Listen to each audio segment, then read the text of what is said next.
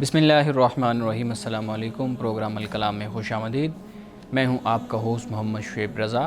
ناظرین کرام، پروگرام کے پہلے حصہ میں ہم قرآن کریم کی کچھ آیات کو سمجھنے کی کوشش کرتے ہیں اور دوسرے حصہ میں اپنے عہد کے نمائندہ سیاسی، سماجی، مذہبی موضوعات پہ پیدا ہونے والے سوالات کے جوابات ایک نئے نقطہ نظر سے جاننے کی کوشش کرتے ہیں۔ حسب سابق ہمارے ساتھ شریک گفتگو ہیں جناب محمد امانت رسول صاحب۔ امانت صاحب، بہت شکریہ آپ کے وقت کا۔ میری معاونت کے لیے موجود ہیں احمد بلال۔ تھینک یو سو مچ بلال۔ ناظرین کرام، آپ کی اسکرین پہ ہمارا واٹس ایپ نمبر آ رہا ہوگا، آپ اپنے سوالات ہمیں بھیج سکتے ہیں، ہم انشاءاللہ آپ کے سوالات کو ضرور ایڈریس کریں گے۔ امانت صاحب، ہم گفتگو کر رہے تھے سورۃ الاعراف، اور سورۃ الاعراف میں حضرت موسیٰ علیہ السلام کی قوم کو اللہ رب العزت نے 12 چشمے پانی حاصل کرنے کے لیے عطا کیے، پھر ان پہ بادل کا سایہ ہوا، آسمان سے ان کے لیے کھانا نازل ہوتا تھا۔ ہم اس پہ گفتگو کر رہے تھے، اپنی گفتگو کا آغاز کیجیے۔ بسم اللہ الرحمن الرحیم۔ ناظرین اکرام، کل کی گفتگو سے میں اس نقطے کو جوڑوں گا، وہ یہ کہ اللہ سبحانہ و تعالیٰ نے یہ فرمایا کہ اگر کوئی قوم نافرمانی کرتی ہے تو وہ ہمارے ساتھ زیادتی نہیں کرتی، نہ کوئی ہمارا نقصان کرتی ہے، بلکہ فرمایا کہ وہ خود اپنا نقصان کرتی ہے، اپنے ساتھ زیادتی کرتی ہے۔ اللہ سبحانہ و تعالیٰ نے اس کائنات کا نظام ایسا بنا دیا ہے کہ انسان کے عمل خیر سے اس کو فائدہ پہنچتا ہے اور عمل شر سے خود اسی کا نقصان ہوتا ہے۔ وہ نقصان انفرادی بھی ہو سکتا ہے، وہ اجتماعی بھی ہو سکتا ہے، وہ معاشرتی بھی ہو سکتا ہے۔ معاشرے تباہ ہو جاتے ہیں، قومیں تباہ ہو جاتی ہیں اپنے اعمال کی وجہ سے، اپنی پالیسیوں کی وجہ سے، لیکن اللہ سبحانہ و تعالیٰ کا اقتدار، اس کی حکومت، وہ قائم اور دائم تھی، ہے اور وہ ہمیشہ رہے گی۔ تو قرآن مجید اسی بات کو بیان کرتا ہے۔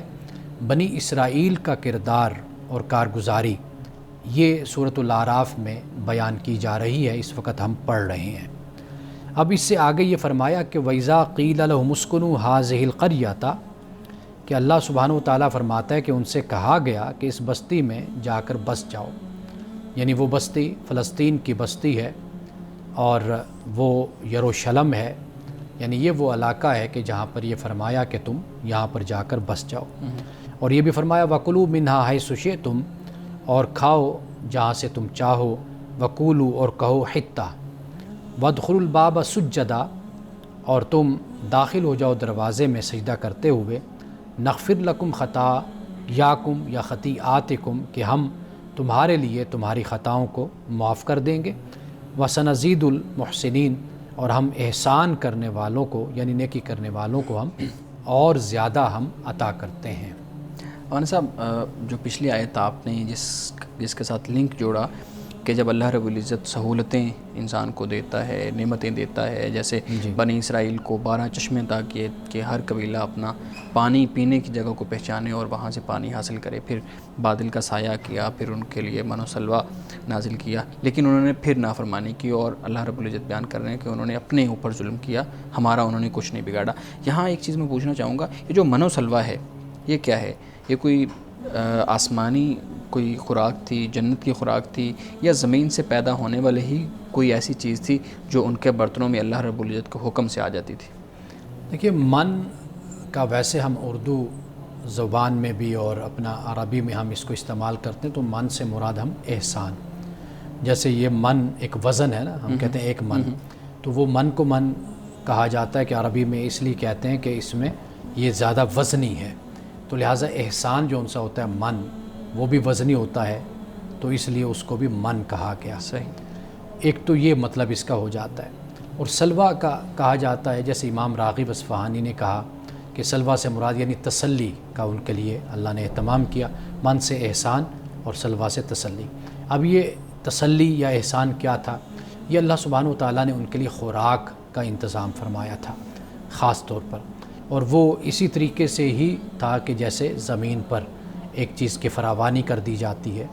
اللہ سبحانہ و تعالیٰ نے یعنی من سے مراد یہ کہ وہ جو شبنمی قطرے ہوتے ہیں وہ ایک لحاظ سے یعنی وہ ان کے لیے خوراک کا ذریعہ بنے، وہ میٹھے قطرے ہوتے ہیں۔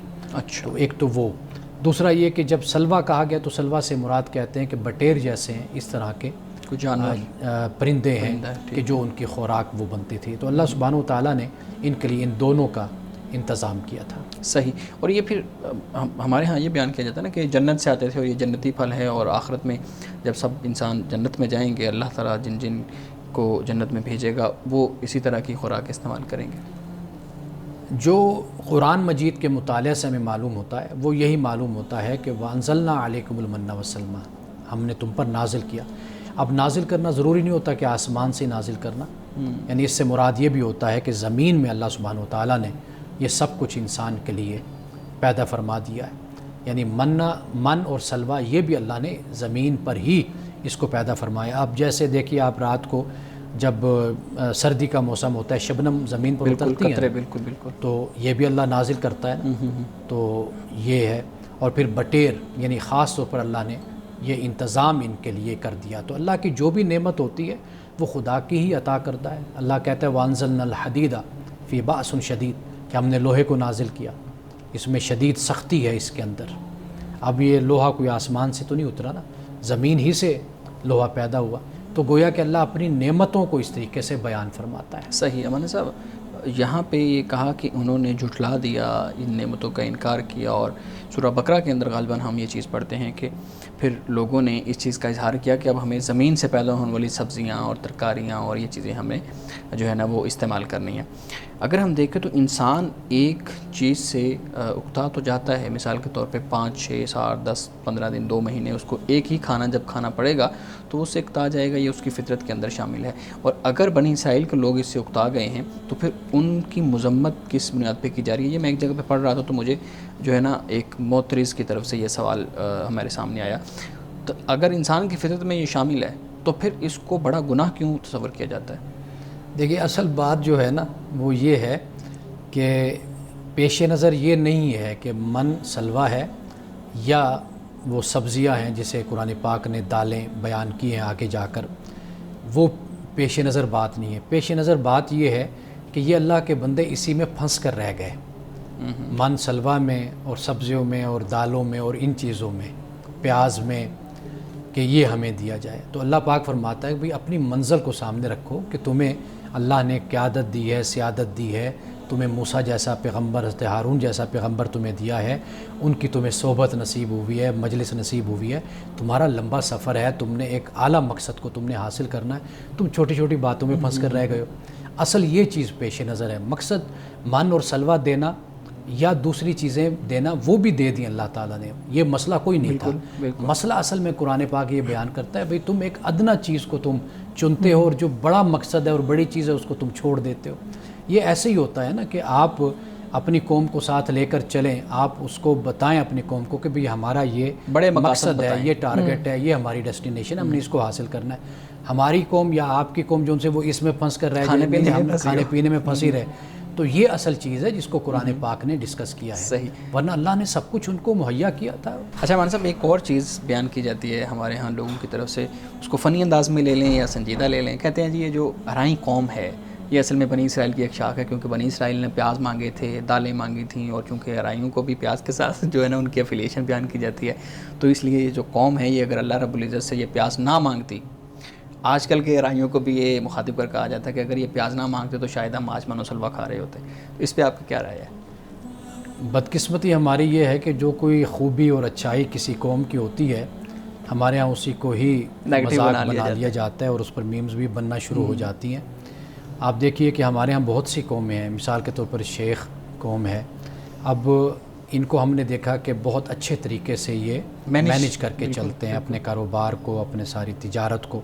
ہم نے اس کو عیب بنا دیا کنجوس، اور ہم نے بخیل کہنا شروع کر دیا. جبکہ میں خود بہت سے ایسے شیخ جانتا ہوں، فیملی جو ہیں بہت اچھے لوگ ہیں، خرچ بھی کرتے ہیں، کھلاتے بھی ہیں، مہمان نواز بھی بہت زیادہ ہیں.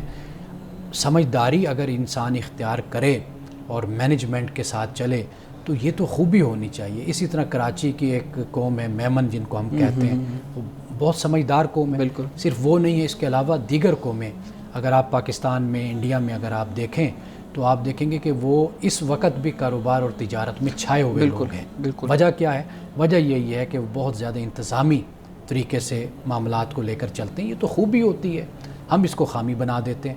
اب آرائی قوم کا ذکر پیاز کے حوالے سے کہ واضح بات ہے کہ ان کا تعلق زیادہ زمینوں کے ساتھ رہا اور انہوں نے کاشتکاری کی اور اس کو وہ آگے لے کر چلے ہیں. تو یہ تو ایک خوبی ہے کہ آپ کی زمین کو آباد کیا، کاشتکاری کی، محنت کی، کسان بنے. تو آپ بجائے اس کے کہ تحسین کریں، ہم نے ان چیزوں کو جو خوبیاں ہوتی ہیں، جیسے مثال کے طور پر ہمارے ہاں گدھا جو جانور ہے، آپ دیکھیے کہ وہ جو بے وقوف شخص ہوگا جو کام کرتا رہے گا بالکل. اور جبکہ امریکہ کا جو نیشنل جو اینیمل ہے کہتے ہیں کہ وہ گدھا ہے، اور اس کے علاوہ یعنی کہ دنیا میں گدھے کو پسند کیا جاتا ہے. اب ہمارے ہاں کام چور جو شخص ہوتا ہے نا، وہ بڑا ذہین اور بڑا سمجھدار ہوتا ہے، چلاک ہوتا ہے، اور جو بیچارہ ہر بات مان لے اور کام کرے اور لگا رہے، اس کو کہا جاتا ہے کہ یار یہ تو گدھا ہے. تو ہمیں اپنا جو رویہ ہے نا، اپنی سوچ یہ ہمیں تبدیل کرنی ہوگی. صحیح. ناظرین کرام، یہاں وقت ہوا چاہتا ہے ایک بریک کا، ہمارے ساتھ رہیے گا.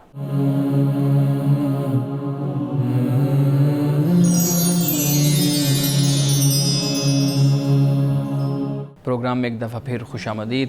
جی امان صاحب، آپ اگلی آیت تلاوت فرمائیے گا.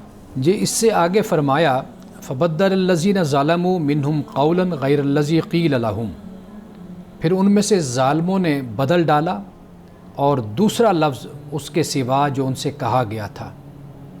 فارسلنا علیہم رجزا من السماء بما کانوا یظلمون، پھر ہم نے ان پر آسمان سے عذاب بھیجا اس لیے کہ وہ ظلم کرتے تھے. اب یہاں اللہ سبحانہ و تعالیٰ نے یہ جو فرمایا کہ لفظ کو تبدیل کر لیا، مراد یہ ہے کہ اصل جو لفظ ہونا چاہیے ایک قوم کی زبان پر وہ طاعت کا لفظ ہونا چاہیے، فرما برداری کا ہونا چاہیے، وہ اللہ تعالیٰ سے مغفرت طلب کرنے کا ہونا چاہیے. انہوں نے مغفرت طلب کرنے کے بجائے، اللہ سے معافی مانگنے کے بجائے انہوں نے تکبر کا اور غرور کا طریقہ اختیار کیا. یعنی وہ ایک قوم کی پوری نافرمانی جو ان کے کردار پر چھائی ہوئی نظر آتی ہے، وہ قرآن مجید نے یہاں پر اسے بیان کیا ہے. اور واضح بات ہے کہ پھر اس کا نتیجہ کیا ہوتا ہے، اللہ کی طرف سے پھر سزا اور اللہ کی طرف سے پھر عذاب ہوتا ہے. مولانا صاحب، یہ جو اس آیت کے اندر، آیت نمبر 161 کے اندر بیان کیا گیا ہے کہ ان کو یہ حکم دیا گیا کہ وہ داخل ہو جائیں، اس بستی میں چلے جائیں، وہاں پہ رہیں اور دروازے میں داخل ہو جائیں اور پھر یہ لفظ استعمال کریں. اس کا پس منظر بیان کیجیے گا کہ یہ دروازے میں داخل ہونے کا ان کو حکم کیوں دیا گیا، اس کا بیک گراؤنڈ کیا ہے؟ اچھا، یہ کوئی شہر کا دروازہ نہیں ہے، یعنی اس سے مراد ہے کہ جو عبادت خانے کا دروازہ، ہیکل سلیمانی کا جو دروازہ ہے اس میں اندر داخل ہو جاؤ. اس لیے کہ یہ جو باب کا لفظ استعمال کیا جاتا ہے، اور اگر ہم اسلامی لٹریچر میں پڑھتے ہیں تو اس سے مراد یہ نہیں ہوتا، اس سے عبادت خانے کا دروازہ ہے کہ اندر جب داخل ہو گئے تو واضح بات ہے کہ وہ جو جگہ ہے وہ خدا کی اطاعت کی، فرما برداری کی جگہ ہے. تو اس سے انہوں نے بغاوت کی تھی. اور اسی طرح ہے کہ جیسے اب مسجد ہے، اللہ کا گھر ہے، تو اللہ کے گھر میں جو اندر جائے گا تو وہ اللہ ہی کی خاطر جائے گا، اللہ کی عبادت کے لیے جائے گا، بجائے اس کے کہ اپنا کوئی فرقہ واریت ہو یا اس طرح کے جو مسائل ہوتے ہیں ان کو اللہ کے گھر میں جگہ دینے کے بجائے، ان کو موضوع بنانے کے بجائے اللہ کا دین، اللہ کی عبادت، اللہ کی جو اطاعت ہے وہ در حقیقت عبادت خانہ ہوتا ہے، وہ ہیکل سلیمانی ہے، وہ بیت اللہ ہے. یہ اس کی سرگرمیوں کا اور اس کی دلچسپیوں کا مرکز یہ ہونا چاہیے. صحیح. ایک سوال ذہن میں آتا ہے کہ ہمیں یہ ساری باتیں جو قرآن میں واقعات بتائے جا رہے ہیں، ان کا بنیادی مقصد تو یہی ہے کہ ہماری اصلاح کی جائے، نصیحت ہو ہمیں اور ہماری اصلاح کی جائے. لیکن پھر بھی ہماری قوم میں، امت میں یہ ساری چیزیں نظر آتی ہیں. ہم علی اعلان انکار تو نہیں کرتے لیکن نافرمانیاں تو علی اعلان ہی کر رہے ہیں. تو پھر ہماری قوم کے اوپر عذاب کیوں نہیں نازل ہوتا ہے؟ اس کی وہی وجہ ہے کہ رسول مبعوث نہیں، یعنی رسول موجود نہیں ہے، یا کوئی اور وجہ ہے؟ برائیاں تو موجود ہیں نا. بالکل. لیکن آپ اگر غور کریں گے، یہ جو تشتت و افتراق ہے قوم کے اندر، تفرقہ بازی ہے، بے امنی ہے، بے سکونی ہے، فتنہ و فساد ہے، اگر آپ اس کا جائزہ لیں گے نا تو یہ بھی خدا کی طرف سے ایک سزا ہی ہوتی ہے، آزمائش ہے. بالکل. اگر ہم جن حالات سے گزر رہے ہیں، آپ دیکھ لیجئے کہ فرقہ واریت کی بنیاد پر ایک دوسرے کو قتل کر دینا، جی، گلی کوچوں میں، یعنی ایسے واقعات ہم دیکھتے ہیں. اور اب تو یہ چیزیں کچھ معمول بنتی چلی گئیں. بالکل. کچھ عرصے سے آپ دیکھیں 90 میں تو بہت زیادہ یہ سارے مسئلے تھے. پھر یہ جو نئی صدی شروع ہوئی 21ویں، آپ دیکھ لیجئے اس کی پہلی دہائی کو آپ دیکھ لیجئے کس طریقے سے یہاں پر بم دھماکے ہوئے، خودکش حملے ہوئے. یہ سارا کچھ کیا یہ آپ اس کو خدا کی رحمت کہیں گے؟ یہ واضح بات ہے کہ یہ ہمارے اعمال کی سزا ہے جو کسی نہ کسی شکل میں ہمیں ملتی ہے. اور پھر دوسری طرف ہم بھی دیکھتے ہیں نا کہ ہماری بدعمالیوں کی وجہ سے، یہ برے کاموں کی وجہ سے، ناانصافیوں کی وجہ سے یہ کلائمیٹ چینج ہو رہا ہے. ابھی پچھلے دنوں بارشیں اتنی سخت قسم کی ہوئیں کہ بہت زیادہ ہماری فصلوں کا نقصان ہوا، ہماری گاڑیوں کا نقصان. اسلام آباد میں کیا ہمارے سامنے نہیں، لیکن یعنی جب ایک قوم اپنی عقل کو استعمال نہیں کرتی، جدید ذرائع اور وسائل جب آپ کو مہیا ہیں سب کچھ، آپ صرف اس سے اس لیے آنکھیں بند کرتے ہیں کہ آپ اپنی توجہ کو غیر ضروری، منفی اور ایسے جو غیر ترقیاتی کام ہیں ان پر جب لگاتے ہیں، تو واضح بات ہے کہ پھر آپ جو حکمت کا راستہ ہے اس کو ترک کر رہے ہیں. خدا آپ کو عقل دیتا ہے، شعور دیتا ہے، آپ اس کو استعمال کریں گے تو آپ اپنی زندگی کو اتنا محفوظ اور اچھا بناتے جائیں گے. لیکن یہ بات ذہن میں آتی ہے نا کہ جیسے اب قوم کوئی ایسی بھی ہے جس پر ناپ تول میں کمی کی وجہ سے عذاب آیا، اور ہمارے ہاں تو اب یہ چیزیں بہت زیادہ کامن ہیں، خاص طور پہ مسلمانوں میں. غیر مسلم جو ترقی یافتہ اقوام ہیں ان میں تو پھر بھی یہ چیزیں کم ہیں. تو ہمارے اوپر اس طرح یعنی یہ چیز ریلیٹ کرنا مجھے نہیں پتہ صحیح ہے یا نہیں صحیح کہ ابھی گزشتہ دنوں بارشیں ہوئیں اور ان سے بہت زیادہ نقصان ہوا. یہ وہ بارشیں تو نہیں ہیں جن سے پوری کی پوری اقوام جو ہیں ان پر عذاب آیا کرتے تھے. وہ بات جو آپ نے کہی وہ اتمام حجت سے اس کا تعلق بن جاتا ہے. قرآن مجید نے اس کو بیان کیا ہے کہ رسول زمین پر موجود ہے، اللہ کی وحی اتر رہی ہے، اللہ کے احکام اتر رہے ہیں، اور وہ جانتے بوجھتے ان کے پاس سارے دلائل، آیات، بینات موجود ہیں، اس کے باوجود بھی وہ انکار کر رہے ہیں. وہ عذاب کی ایک مختلف صورت بن جاتی ہے. لیکن میں نے آپ کو بتایا کہ اعمال کی جو سزا ہے اس کا سلسلہ تو اقوام کے ساتھ جاری رہتا ہے نا. یعنی آپ نے جس کی مثال دی ہے اس کا میں نے پہلے جواب دیا کہ وہ عقل اور علم اس دنیا میں ہونے کے باوجود بھی، جاپان کو آپ دیکھ لیجئے کہ انہوں نے اپنی عمارتوں کو محفوظ کر لیا نا، کہ زلزلہ بھی آتا ہے، ہلتی ہیں، لیکن وہ تباہی اور بربادی نہیں ہوتی جو پہلے کسی دور میں ہوتی تھی. اب جو صورتحال ہے ہمارے ساتھ، کم تولنا ہے یا دیگر جو خرابیاں ہیں اجتماعی طور پر کاروباری حوالے سے، آپ دیکھ لیجئے کہ اس کے نتائج سب سامنے آتے ہیں. قرآن پاک کہتا ہے کہ جو زوال ہے یہ گریجول آتا ہے، گریجولی آتا ہے عذاب، یا زوال جس کو ہم کہتے ہیں، ڈاؤن فال کہتے ہیں. ہم اسی مرحلے سے ہم گزر رہے ہیں. آپ اعمال کی شامت ہمارے ساتھ ساتھ ہے. صحیح. مولانا بہت شکریہ. قرآن کریم کی آیات آپ اس کا مفہوم بیان کر رہے تھے. ہم نے پچھلے پروگرام میں حج کے حوالے سے کچھ سوالات آپ کے سامنے رکھے تھے. چونکہ حج کے ایام اب تقریباً آگے آ رہے ہیں اور لوگ حج پہ جا بھی رہے ہیں، تو ہماری کوشش یہ ہوتی ہے کہ ناظرین کے بھی سوالات آتے ہیں اور پھر کچھ ایسے سوالات جو حاجیوں کے لیے جو حج کرنے جا رہے ہیں ان کے لیے جاننا بہت ضروری ہیں. آپ یہ بتائیے گا کہ حج کے اندر جو مناسک ہیں وہ کیا ہیں، یعنی کون کون سی ایسی چیزیں ہیں جو کرنا ضروری ہیں، ان کے بغیر گزارا نہیں؟ جیسے احرام کا باندھنا ہے، تلبیہ ہے، اور پھر جیسے طواف کرنا ہے، اور جیسے سعی ہے، اور اسی طرح جو وقوف ہے وہ ہے. تو یہ چند لازم حج کے ارکان ہوتے ہیں کہ جس کو ادا کرنا ضروری ہے. اس کی تفصیل پھر ہمیں فقہا کی کتب میں مل جاتی ہے. اگر کوئی مزید اس پر معلومات لینا چاہے تو پھر کتابوں سے بھی رجوع. میں یہاں یہ پوچھنا چاہوں گا کہ ہمارے حج کے اندر خاص طرح کے مناسک ہیں اور خاص طرح کی عبادت کو آپ نے خاص طرح سے پرفارم کرنا ہوتا ہے. جیسے آپ نے ایک لباس میں جانا ہے، پھر آپ نے احرام ایک خاص جگہ سے باندھنا ہے، پھر ایک خاص جگہ پہ جا کے آپ نے رکنا ہے اور پھر رک کے واپس آ جانا ہے. اب یہ مناسک، یہ خاص طرح کے مناسک کیوں جو ہے نا اللہ رب العزت کی طرف سے یہ ضروری کیے گئے اور ان کے پیچھے حکمت کیا ہے؟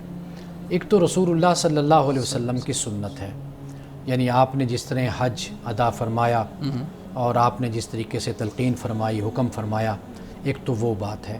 رسول اللہ کو جو اللہ سبحانہ وتعالیٰ کی طرف سے رہنمائی کی گئی وہ ہے.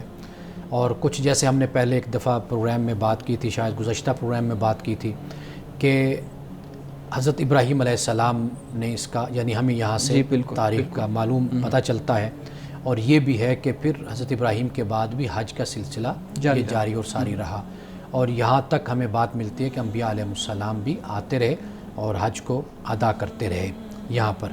اور پھر حضرت اسماعیل ہیں، پھر رسول اللہ صلی اللہ علیہ وسلم ہیں. کچھ چیزیں ایسی ہیں کہ جسے قرآن پاک نے بھی بیان کیا جو پہلے سے موجود ہیں، اور کچھ ایسی ہیں کہ جن کو آپ سنت میں شمار کر لیں. رسول اللہ نے جس کی تاکید فرمائی وہ چیزیں پھر اس کو سنت میں شامل کیا جاتا ہے.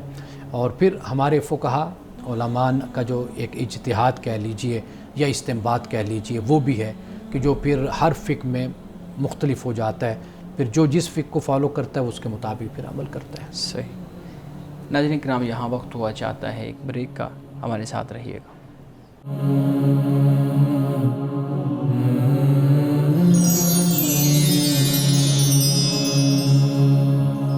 پروگرام میں ایک دفعہ پھر خوش آمدید. مولانا صاحب، حج کے حوالے سے ہم گفتگو کر رہے تھے. ایک بہت اہم سوال ہے، پوچھتے ہیں جی انسان اپنی بیوی کے حج کا مکلف ہے یا نہیں؟ کیا اپنا حج ان وجوہات کی بنیاد پہ مؤخر کر سکتا ہے کہ اکٹھے جائیں گے؟ جیسے ہمارے ہاں لکھا ہوا ہے کہ جیسے ہمارے ہاں ہماری بیویوں کی خواہش ہوتی ہے کہ ہم اکٹھے جائیں گے تو پھر زیادہ اچھا ہم رہے گا، ہم ایک دوسرے کی مدد بھی کر سکیں گے اور حج کی ادائیگی بھی ہو جائے گی. تو اس صورت میں اگر کوئی شخص تاخیر کرتا ہے اپنے حج کے اندر تو پھر اس پہ جو وہ گناہ گار ہوگا یا نہیں ہوگا؟ اور پھر یہ بھی بتائیے گا کہ مرد کیا مکلف ہے اپنے بیوی کو حج کروانے کا؟ مرد گھر کا سرپرست ہے، قوام ہے، کفیل ہے. جب بیوی اس کی کفالت میں ہے تو پھر اس پر ذمہ ہے کہ وہ اپنی بیوی کو حج کروائے اپنے ساتھ، یعنی اس کی بھی ذمہ داری پھر اس پر ہوتی ہے. اگر بیوی خود اپنے معاملات کو، معاشی معاملات کو لے کر چلتی ہے، اس کا اپنا کاروبار ہے یا اپنی اس کی زمین ہے، بینک بیلنس ہے یا دوسرے اس کے پاس وسائل ہیں، تو پھر بیوی اس معاملے میں خود ذمہ دار اس کی ہے، مکلف ہے کہ وہ خود حج کرے، یعنی اس پر حج پھر فرض ہو جاتا ہے. یہ جو معاملہ ہے، بہتر طریقہ تو یہی ہوتا ہے کہ جیسے انسان پر حج فرض ہو تو پھر وہ حج کو ادا کرے. اگر دونوں آپس میں کچھ طے کر لیتے ہیں کہ بھئی ہمیں مل جل کر ہم چلتے ہیں تو اس معاملے میں زیادہ تاخیر نہیں کی جانی چاہیے. صحیح. مولانا صاحب، آخری سوال اس سے متعلق پوچھتے ہیں جی کہ جو زمزم ہے اس کی اہمیت کس بنیاد پہ ہے؟ کیا اس کو بطور تبرک استعمال کرنا رسول اللہ صلی اللہ علیہ وسلم سے ثابت ہے؟ اور کیا اپنا جو احرام ہوتا ہے اس کو دھو کے لانا اس پرپس سے کہ اس کو ہم کفن کے لیے استعمال کریں گے، اس سے کوئی فائدہ ہوتا ہے؟ اگر آپ کی پہلی بات کو میں لے لوں، وہ یہ کہ جو آب زمزم ہے، روایات میں آتا ہے کہ حضرت اسماعیل کی ایڑیوں سے، ایک روایت میں صحیح البخاری کی ہے کہ حضرت جبریل کی ایڑیوں سے یہ پانی نکلا تھا. یہ ایک علیحدہ بحث ہے، اس پر ہم کسی اور وقت میں ان روایات پر بحث کریں گے. لیکن اصل چیز یہی ہے کہ یہ اللہ سبحانہ و تعالیٰ کی ایک بہت بڑی نعمت ہے جو یہ جاری ہوا، خانہ کعبہ کے پاس یہ چشمہ جاری ہوا. اور یہ آب زمزم میں برکتیں ہیں، اس میں کوئی شک نہیں ہے. رسول اللہ صلی اللہ علیہ وسلم کی بہت سی احادیث سے ہمیں اس بات کا علم حاصل ہوتا ہے. حضرت ابو ذر سے بھی، غفاری رضی اللہ تعالیٰ عنہ سے بھی روایت ہے کہ وہ صرف پانی پی کر ہی کئی دن وہ رہے اور کچھ کھایا انہوں نے ہی، صرف پانی پر، یعنی آب زمزم پہ گزارا کیا. اس میں اللہ تعالیٰ نے ایسے عناصر کیا کہتے ہیں رکھ دیے ہیں کہ اس کے اندر جسے ہم انگریڈینٹس کہتے ہیں، ایسے ہیں کہ جو انسان کے جسم کے لیے خوراک کا کام بھی کرتے ہیں اور پانی کا کام بھی کرتے ہیں. تو اس کی بڑی برکتیں اس پانی کی، اس میں کوئی شک نہیں ہے. اور جہاں تک آخری جز ہے آپ کے سوال کی، انسان کی بخشش اور مغفرت کے لیے صرف اور صرف جو چیز کام آتی ہے وہ انسان کا ایمان ہے اور اس کا عمل ہے، بس اس کے علاوہ کچھ اور کام نہیں آتا.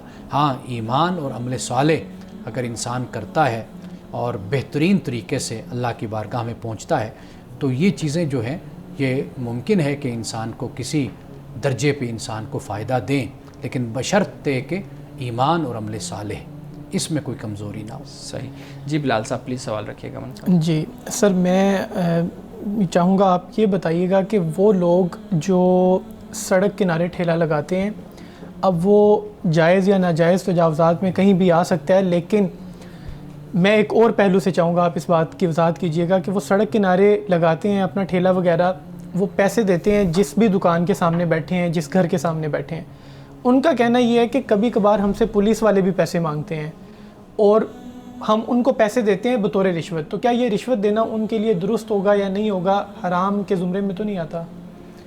پہلی بات، ریاست کی حکومت کی ذمہ داری ہوتی ہے کہ وہ اپنے باشندوں کو، اپنے لوگوں کو روزگار مہیا کریں. جی بالکل، سب سے پہلے ان کی ذمہ داری ہے. اب جو ٹھیلا لگاتے ہیں یا ریڑھی لگاتے ہیں، اب اکثر طور پر ایسے ہوتا ہے کہ ان کا یہ طریقہ غیر قانونی ہوتا ہے. بالکل، یعنی اس کی اگر دیکھا جائے قانونی طور پر کوئی اجازت نہیں ہوتی، لیکن وہ اپنے روزگار اور اپنے معاش کے ہاتھوں مجبور ہونے کی وجہ سے وہ ایسا قدم اٹھاتے ہیں. بالکل. اگر ان کو کوئی اور راستہ نظر نہیں آتا اور ان کو یہ بھی نظر آتا ہے کہ بھئی ہمارا سب کچھ ختم کر دیا جائے گا، تو وہ بامر مجبوری کہ جب کہ اس رشوت سے یا اس کے دینے سے کسی کو کوئی نقصان بھی نہیں ہو رہا اور وہ اپنی ذات کی حد تک یعنی وہ ایک فائدہ حاصل کر رہے ہیں بلکہ اپنا حق حاصل کر رہے ہیں جی. تو اس کے لیے ہم پہلے بھی بات کر چکے کہ اس حد تک ہم کہہ سکتے ہیں کہ بامر مجبوری اضطراری حالت میں وہ دے سکتا ہے. ایک یہ بھی ہے کہ ایسا جو کاروبار ہے وہ مستقل نہیں ہوتا، بعض اوقات بہت اچھی آمدن ہوتی ہے، بعض اوقات نہ ہونے کے برابر ہوتی ہے. تو کیا ایسا شخص سود لے سکتا ہے کہیں سے اپنے گھریلو معاملات کو چلانے کے لیے؟ یہ جو سود ہے یہ سب سے بدتر سود ہے، بدترین. قرآن پاک نے اس بات کو بیان کیا ہے کہ دو صورتیں ہیں، ایک تو قرض ہے جی. وہ دے دو، اگر تم قرض دے سکتے ہو تو قرض دو، یا پھر یہ کہ تم اس کو معاف کر دو. اگر تمہیں اللہ وسعت دیتا ہے تو وسعت حاصل ہونے پر تم اس کو معاف کر دو. اگر تمہیں وسعت نہیں ہے، تم خود مجبور ہو، تو پھر ٹھیک ہے، تم اتنا تقاضا کرو جتنا تم نے دیا ہے. سود کی اور ربا کی کسی صورت بھی لینے میں کوئی اجازت نہیں ہے. جہاں تک دینے کا مسئلہ ہے، اب وہ یہی پرابلم آ جاتی ہے کہ جب وہ بیچارہ اس نوبت تک پہنچ گیا کہ اس کے پاس کوئی اور راستہ نہیں بچا ہوا کہ اس کو کوئی قرض دے دے، سب سے بہتر راستہ تو یہ ہے، تو وہ پھر بامر مجبوری کسی سے لے سکتا ہے. اور یہ وہ سود ہے کہ جو بدترین سود ہے. جی. قرآن پاک نے اس کو بیان کیا، بدترین سود، یعنی کہ لینے والا جو لوگوں کی بنیادی ضرورتوں پر سود لے رہا ہے، بنیادی ضرورتوں پر، یہ بدترین اور بہت اللہ کے ہاں یہ شخص ملعون ہے اور ناپسند مکروہ شخص ہے یہ. تو لہٰذا یہ لینے والے پر تو بہت زیادہ وعید ہے. اب یعنی جو سود لینے والا ہے، جو بیچارہ دے رہا ہے، وہ کسی مجبوری اور اضطراری حالت میں دے رہا ہے، اللہ تعالیٰ معاف کرنے والا. تو اس میں یہ بھی ایڈ کر سکتے ہیں کہ جیسے عام طور پہ معاشرے کے اس طرح کے جو لوگ ہوتے ہیں وہ اپنی بنیادی ضرورت کی جو چیزیں ہیں وہ قسطوں پر خرید رہے ہوتے ہیں. تو قسطوں پر اگر اسلامی طریقہ کار سے چیزیں لی جائیں تو بعض اوقات وہ زیادہ مہنگی ملتی ہیں نسبت کے جو چیزیں سود پر مل رہی ہوتی ہیں. تو وہ پھر اسلامی طریقہ کار کو چھوڑ کے سود پہ لے سکتے ہیں.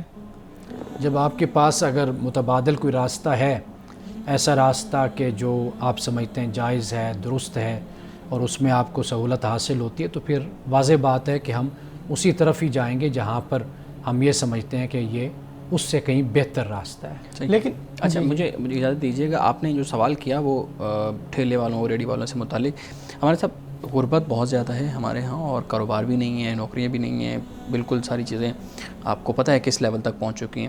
گورنمنٹ ناجائز تجاوزات جو ہے نا وہ ختم کروا رہی ہے. بازاروں کے اندر سے ریڑیاں، ٹھیلے یہ سارے ختم ہو رہے ہیں. اب ایک جگہ دی جا رہی ہے کہ یہاں پہ ٹھیلے لگائیں، لیکن وہ بھی جگہ اتنی ہے کہ وہاں پہ اگر 100 ریڑیاں وہاں سے ختم کی ہیں تو اس میں وہاں پہ صرف 50 ریڑیوں کی جگہ ہوگی. اب جو 50 باقی ہیں وہ اگر راستے میں کہیں یا سڑک پہ یا کسی اسٹیشن پہ، پھاٹک پہ لگاتے ہیں تو گورنمنٹ ان کی چیزوں کو اٹھا کے لے جاتی ہے یا وہ پھینک دیتی ہے جو میونسپل کمیٹی والے ہوتے ہیں. اب یہ جو رویہ ہے اس کا ذمہ دار کون ہے؟ گورنمنٹ ایک طرف تو ان کو کاروبار پرووائڈ نہیں کر رہی، دوسری طرف وہ اگر کہیں پہ لگا بھی رہی ہیں تو ان کو بھی پھر وہاں سے اٹھایا جا رہا ہے. تو اس کا ذمہ دار کون ہے؟ یہ بالکل نامناسب رویہ ہے، بہت ہی غلط رویہ ہے. ریاست کی حکومت کی یہ بنیادی ذمہ داری ہے کہ پہلے ان کو روزگار مہیا کرے. اگر کوئی شخص برائی کے اڈے پر بھی بیٹھا ہوا ہے نا، ریاست کی ذمہ داری ہے کہ اس کو پہلے وہاں سے اٹھانے سے پہلے اس کے لیے روزگار کا انتظام کرے. اگر وہ روزگار کا انتظام نہیں کرتی ریاست، تو ریاست کو کوئی حق نہیں پہنچتا کہ کسی کے خلاف اس طرح کا ایکشن لے. وہ شخص کی جو ٹھیلا لگائے ہوئے ہے، ریڑھی لگائے ہوئے، اس کو پہلے روزگار مہیا کیا جائے، یا پھر یہ کہ اس کا متبادل کوئی انتظام ایسا ڈھونڈا جائے، پھر اس کے بعد یہ قدم اٹھایا جائے. وہ اس کے بچے ہیں، کھانا ہے، کھلانا ہے، بچوں کی فیسیں ہیں، معاملات ہیں، تعلیم ہے، یہ تو بنیادی طور پر خود ریاست کی ذمہ داری ہوتی ہے. ریاست جب اپنی ذمہ داری ادا نہیں کر رہی تو اس کو کیا حق پہنچتا ہے کہ وہ لوگوں کو ان کے روزگار سے محروم کرے؟ ہم نے دیکھا ہے کہ وہ پوری ریڑیاں پھلوں کی اور سبزیوں کی اٹھا کے اس کے اندر ٹرک کے اندر پھینک دیتے ہیں یا گرا دیتے ہیں، سڑک پہ وہ چل رہے ہوتے ہیں. یہ سارے نظام کو درست کرنے کی ضرورت ہے نا. ناظرین کرام، یہاں وقت ہوا چاہتا ہے ایک بریک کا، ہمارے ساتھ رہیے گا.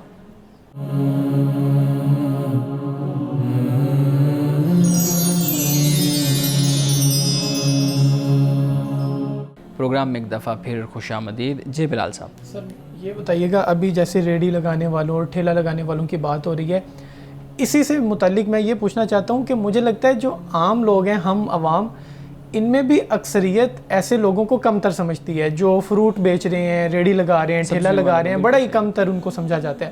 تو اسلام میں پیشے کے لحاظ سے ایسی کوئی تفریق ہے کہ کوئی پیشہ کم تر لوگوں کا ہو، کوئی بڑے لوگوں کا ہو؟ اسلام میں بالکل کوئی تفریق نہیں ہے. اسلام میں اگر تفریق ہے یا تکریم ہے تو وہ کردار اور اخلاق کی بنیاد پر ہے، تقویٰ کی بنیاد پر ہے. یہ کیٹاگوریکلی اسلام نے اس بات کو بیان کر دیا ہے. باقی جن پیشوں کی آپ بات کر رہے ہیں یہ پیشے اسلام میں باعزت پیشے کہلاتے ہیں. یہ وہ پیشے ہیں کہ جو انبیاء علیہ السلام نے بھی کیے ہیں. بکریاں بھی چرائی ہیں انبیاء علیہ السلام نے، تجارت بھی کی ہے، کاروبار بھی کیا ہے، کپڑے بھی سیے ہیں، بالکل جوتے بھی سیے ہیں. یہ سارے کام پیغمبروں نے کیے. لوہے کا کام بھی لوہے کا کام بھی پیغمبروں نے کیے. تو لہٰذا کام کوئی بھی پیشہ کوئی بھی ایسا نہیں ہے کہ جسے ہم کم تر کریں. یہ جو آپ کو اپنے معاشرے میں خرابی نظر آتی ہے اس کی وجہ وہ ناانصافی ہے اور عدل اور مساوات کا نہ ہونا ہے کہ جس کی بنیاد پر جس کے پاس پیسہ ہے، چاہے وہ لوٹ کھسوٹ کا پیسہ ہو، چاہے وہ غلط ذرائع سے کمایا گیا پیسہ ہو، ہم اس شخص کو اس لیے عزت دیتے ہیں کہ ہم سمجھتے ہیں کہ یہ طاقتور انسان ہے، بالکل اس کے پاس وسائل ہیں، ذرائع ہیں، تو اس بنیاد پر اس کو عزت دی جاتی ہے. اور غریب کو اس بنیاد پر عزت نہیں دی جاتی، یا یہ پیشہ جو کرنے والے لوگ ہوتے ہیں ان کو عزت نہیں دی جاتی کہ ان کے پاس پیسہ نہیں ہے، یہ وسائل والے نہیں ہیں. تو اسلام ہمیں جس بات کی تعلیم دیتا ہے، رسول اللہ صلی اللہ علیہ وسلم نے واضح طور پر اس بات کو بیان فرمایا کہ پہلی قومیں کیوں تباہ و برباد ہوئی تھیں. اس لیے کہ جو ان میں کمزور بندہ اگر کوئی غلطی کرتا، گناہ کرتا، جرم کرتا، اس کو تو سزا دیتے تھے، اور جو امیر اور طاقتور ہوتا تھا وہ جرم اور گناہ کرتا تو اس کو چھوڑ دیا کرتے تھے. تو یہ جو تفریق ہے یہ قوموں کو تباہ کرتی ہے، اور ہمارے معاشرے میں یہ موجود ہے. اب یہ دیکھ لیجئے کہ یہ جن کی آپ بات کر رہے ہیں بیچارے لوگ، ان پر بڑی جلدی کریک ڈاؤن ہوتا ہے. بالکل ایسا ہی ہے. اب اس کے علاوہ باقی لوگوں کو آپ دیکھ لیجئے، اپنی آنکھوں سے آپ دیکھتے ہیں، ان کو کچھ نہیں کہا جاتا. بڑے بڑے پلازوں کے فیصلے ہونے پہ سالوں سال لگ جاتے ہیں، بڑے بڑے پلازوں کے فیصلے نہیں ہوتے. تو وجہ کیا ہے؟ وجہ یہی ہے کہ ناانصافی ہے، ظلم ہے. ایک یہ بتائیے گا کہ اب یہ لوگ آپ ان کی بات کر رہے ہیں اور بڑی رحم دلی آپ ان کے لیے ظاہرہ دکھا رہے ہیں، لیکن یہ لوگ جب گلیوں میں جا کے ان اونچی اونچی شور کرتے ہیں، بلاتے ہیں لوگوں کو اپنی طرف، ان کی آوازیں ہوتی ہیں مختلف، بعض لوگوں نے اسپیکرز بڑے بڑے رکھے ہوتے ہیں تو کئی لوگ اس سے ڈسٹرب بھی ہوتے ہیں. اس پہ دو آراء ہیں. کئی لوگوں کا تو فائدہ ہوتا ہے، ان کو پتہ چل جاتا ہے باہر کوئی چیز بیچنے آیا سب سے پہلا پھل والا آ گیا ہے، اور کئی لوگ جو سو رہے ہوتے ہیں، جن کے بچے سو رہے ہوتے ہیں، وہ ان کو گالیاں دے رہے ہوتے ہیں. اس بارے میں بتائیں. ان لوگوں کو جو جدید وسائل اور ذرائع ہیں ان کی واقفیت اگر ہو، میں نے دیکھا ہے کہ اب موبائل پر بھی سارا بزنس ہوتا ہے. یعنی سبزی والا ہے، کوئی ہے، اس کو آگاہ کر دیا جاتا ہے، میسج کے ذریعے سے بتا دیا جاتا ہے. اب تو یہ ذرائع بھی استعمال ہو رہے ہیں. بالکل. یہ تو بیچارے ریڑھی والے ہوتے ہیں، آئے اور چلے گئے. آپ کو ان سپیکروں پر کوئی اعتراض نہیں جو مستقل لگے ہوئے ہیں، 4 گھنٹے وہ پیسوں کے لیے گرائیاں ہو رہی ہوتی ہیں، تو وہاں پر اعلان ہو رہے ہوتے ہیں. تو میرا خیال ہے کہ یہ تو آتے ہیں، آدھا گھنٹہ آئے، 20 منٹ آئے، 10 منٹ آئے تو وہاں سے گزر گئے. اور جو 4 گھنٹے، 3 گھنٹے جو سپیکر لگے ہوتے ہیں مسلسل غریب عوام کے سروں پر، آپ دیکھیے کہ اس سے کتنا حرج ہوتا ہے. یعنی بیمار لوگ بھی ہوتے ہیں، بوڑھے لوگ بھی ہوتے ہیں، طالب علم بھی ہوتے ہیں، پڑھنے والے بھی ہوتے ہیں، کتنے لوگ ہوتے ہیں، کتنے وہ ڈسٹرب ہوتے ہیں، نفسیاتی مریض بھی بیچارے ہوتے ہیں. تو میرا خیال ہے کہ یہ جو لوگ ہیں نا جن کی آپ بات کر رہے ہیں، یہ پھر بھی اب کچھ سنورتے اس طرح چلے جا رہے ہیں کہ اب ان کے گھروں سے رابطے ہوتے ہیں گھروں میں. تو یہ پھر جب چلتے ہیں تو لوگوں کو پتہ ہوتا ہے کہ بھائی اس نے اتنے بجے آنا ہے، اور اس کو بھی پتہ ہوتا ہے کہ میں فلاں گھر نے یہ چیز مانگی ہے، فلاں گھر نے یہ چیز مانگی ہے. تو اب وہ جو سپیکروں والا رواج ہے وہ بھی اب ختم ہوتا چلا جا رہا ہے. سر مارکیٹ سے ہم فروٹ لینے جاتے ہیں تو وہاں پہ تو عام طور پہ ریٹ فکس ہوتا ہے، لیکن ایسے جو لوگ بیچ رہے ہوتے ہیں ان کا کوئی ریٹ فکس نہیں ہوتا. وہ اگلے بندے کو دیکھ کے اپنا منافع کی شرح طے کرتے ہیں اور پھر جو ہے اس سے ریٹ ڈیمانڈ کرتے ہیں. تو ایسا کرنا کیا درست ہے یا نہیں درست؟ یا کچھ لوگ ایسے ہوتے ہیں جن کا ان کو پتہ ہوتا ہے کہ اس نے بہت پیسے کم کروانے ہیں تو اس کو پھر وہ آٹومیٹکلی بہت زیادہ بڑھا کے بتا دیتے ہیں. تو یہ ان کے نزدیک کیا درست اور جائز عمل ہے؟ طریقہ کار یہ ہونا چاہیے کہ جو کاروبار کرنے والے ہیں نا وہ ایمانداری کے ساتھ اپنے اخراجات، اپنے معاملات، اپنی سروسز، اپنا وقت جو وہ لگاتے ہیں جی اس سارے کو وہ اس کو اسیس کر لیں، اس کو دیکھ لیں، اس کے بعد ایک خاص رقم اپنے منافع کے لیے وہ رکھیں. یہ جو ہے کسی کو دیکھ کر قیمت لگانا، کسی کی زیادہ کسی کی کم، یہ طریقہ کار غیر اخلاقی ہے. رکھا وہ طریقہ جائے کہ جو پرماننٹ اور اچھا طریقہ ہو، جو اسلام میں بھی، اخلاق میں بھی، اور جو آپ کے معروف طریقہ ہے اس کو اختیار کیا جائے. سر میں ابھی کیونکہ تربوز کا سیزن ہے، میں جاتا ہوں مارکیٹ میں تربوز لینے کے لیے. اب تربوز مثال کے طور پہ عام طور پہ تو یہ ہوتا ہے کہ ہم کٹ لگواتے ہیں اور پھر چیک کر کے لے کے آتے ہیں، لیکن اگر ہم بغیر چیک کر کے لے کے آ جاتے ہیں اور گھر میں آ کے دیکھتے ہیں کہ وہ تو کچا نکل آیا ہے، وہ تو پکا نہیں ہوا تھا صحیح، تو اس صورت میں کئی مائیں ہوتی ہیں وہ پہلے تو بچوں کی بےزتی کرتی ہیں، پھر انہیں کہتی ہیں تم واپس کر کے آؤ. بالکل. اب اگلے بندے کا کیا قصور ہے؟ تو اس صورتحال میں وہ بچہ جو لینے گیا وہ بھی پھنس جاتا ہے، گھر میں بھی تربوز نہیں کھایا گیا، وہ دکاندار کہتا ہے بھی میرا اس میں کیا قصور ہے، تم لے کے گئے ہو. اس بحث کا کیا نتیجہ، کیا حل ہے؟ دیکھیے اگر پہلے کچھ طے کر لیا جاتا ہے نا پھر تو دکاندار ذمہ دار ہے، اور اگر کچھ طے نہیں کیا جاتا تو پھر دکاندار ذمہ دار نہیں ہے. ہاں اس کا ایک حل یہ ہوتا ہے کہ ایسی چیز ہے کہ جو دکاندار کے کام آ جاتی ہے، جی پھر تو کچھ قیمت کم واپس ہو جاتی ہے، کچھ قیمت واپس کر دی جاتی ہے. مثلا یہی تربوز ہے، وہ اپنی بکریوں کو کھلاتا ہے، بالکل مویشیوں کو کھلاتا ہے، تو واضح بات ہے کہ خوراک بن جاتی ہے. اس حساب سے اگر وہ کچھ کرنا چاہے، جسے کہتے ہیں برابر سرابر معاملہ کرنا چاہے تو وہ کر سکتا ہے. لیکن آپ کو ایک بات میں یہاں پہ سناتا چلوں کہ میں ایک دفعہ تربوز لینے گیا جی، تو دکاندار سے میں نے کہا تو اس نے ایسے دکھایا، اس نے کہا جی لال رنگ کی گارنٹی ہے، میٹھے کی گارنٹی نہیں ہے. تو میں نے اسے کہا کہ بھئی آپ مجھے میٹھا دو اور لال بے شک نہ ہو، لال نہ ہو، میں لال اینک پہن کے کھا لوں گا. ہمارے صاحب آج کی حدیث مبارکہ بیان کیجیے گا. آج کی حدیث ہے سنن ابن ماجہ کی. فرمایا ہے لوگو سلام کو عام کرو، کھانا کھلاؤ، صلہ رحمی کرو، اور رات کو جب لوگ سو رہے ہوں نماز پڑھو، تم سلامتی کے ساتھ جنت میں داخل ہو جاؤ گے. یعنی آپ صلی اللہ علیہ وسلم نے افشوا السلام فرمایا کہ سلام کو عام کرو، اطعموا الطعام فرمایا کھانا کھلایا کرو، صلہ رحمی کرو، اور رات کی عبادت پر آپ نے زور دیا، تاکید فرمائی کہ رات کو جب لوگ سو رہے ہوں تو پھر اس وقت اٹھ کر اللہ کی بارگاہ میں تم عبادت کیا کرو. فرمایا کہ یہی راستہ ہے کہ جس سے تم جنت میں داخل ہو جاؤ گے. ناظرین کرام، اس دعا کے ساتھ اپنے پروگرام کا اختتام کریں گے. اللہ رب العزت حسن کلام اور تاثیر کلام عطا فرمائے، ہماری زبان کے گروں کو کھول دے اور سننے والوں تک خیر کا پیغام پہنچے. اجازت دیجیے، خدا حافظ.